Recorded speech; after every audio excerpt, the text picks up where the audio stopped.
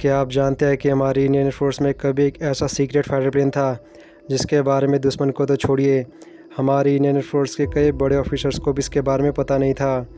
पूरी दुनिया को इसके बारे में तब पता चला जब इंडियन एयरफोर्स ने इसे 2006 में रिटायर किया।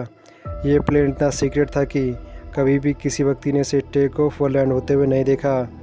यह प्लेन इतना तेज़ उड़ता था कि कोई भी फाइटर प्लेन व मिसाइल इसके नज़दीक तक नहीं आ सकती थी। रेडार जैसा आधुनिक उपकरण इसे खास तौर पर प्लेन को डिटेक्ट करने के लिए बनाया गया है, वो भी इसकी रफ्तार के आगे फेल हो जाता था। चलिए जानते हैं। Pawan Talks.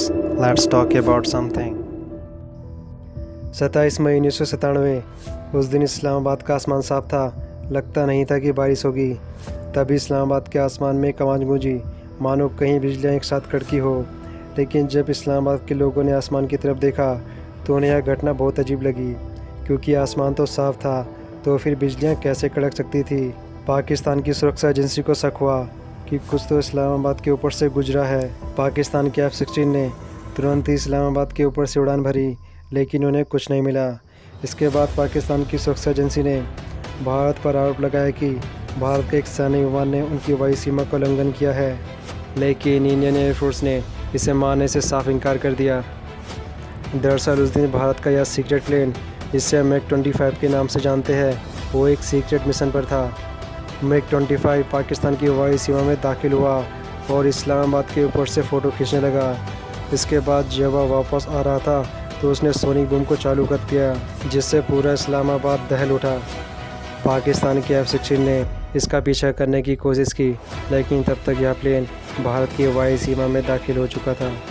यह आज तक कोई समझ नहीं पाया कि जब MiG-25 को पाकिस्तान के रडार के द्वारा नहीं पकड़ा गया था, तो फिर क्यों भारतीय पायलट ने सोनिक बूम को चालू किया। क्योंकि जिस रफ्तार से इस प्लेन ने पाकिस्तान में प्रवेश किया, वह उस रफ्तार से वापस भी आ सकता था।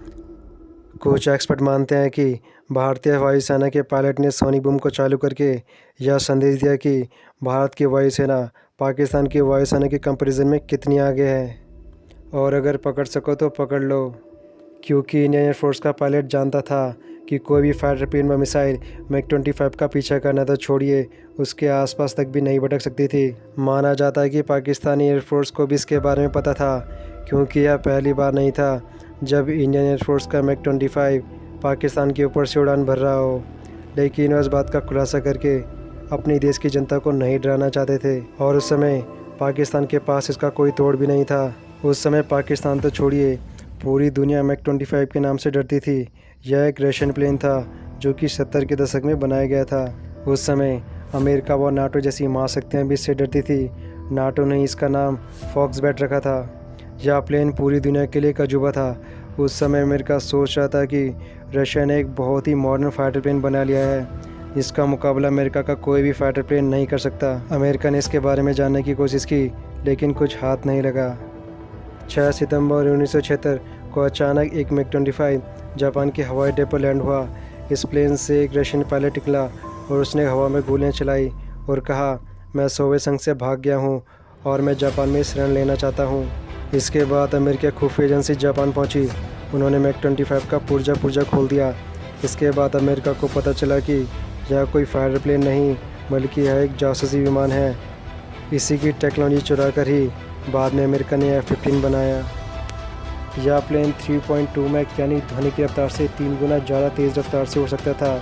इसे 2.8 मैक की रफ्तार से उड़ाया जाता था, क्योंकि इसे तेज़ गति से उड़ाने पर इसके इंजन्स में आग लगने का खतरा रहता था। और यह प्लेन इतनी ऊंचाई तक उड़ने में सक्षम था कि इसमें इतना वाइब्रेशन होता था, मानो कोई एस्ट्रोनॉट स्पेस शटल उड़ा रहा हो। इस प्लेन की यह तेज़ गति रडार को भी चकमा देने में मदद करती थथी। पर इस प्लेन में एक सबसे बड़ी कमी यह थी कि इसकी दिशा को बदलने में काफ़ी समय लगता था।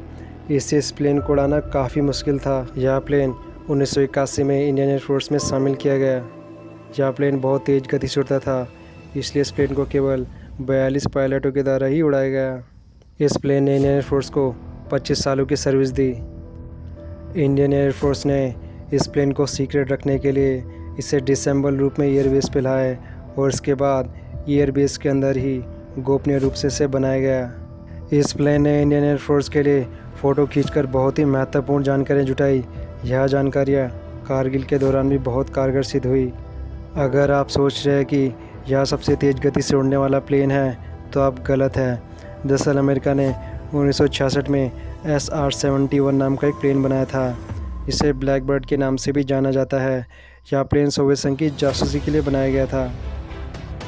इस प्लेन की टॉप स्पीड 3.37 मैक यानी 1470 किलोमीटर थी और यह प्लेन 85,000 फुट तक की ऊंचाई में भी उड़ने में सक्षम था और यह प्लेन MiG-25 से बेटर था। रूस और अमेरिका जैसे देश आज भी अपनी एयरफोर्स में तेज़ गति से उड़ने वाले प्लेन्स का जासूसी के लिए इस्तेमाल करते हैं।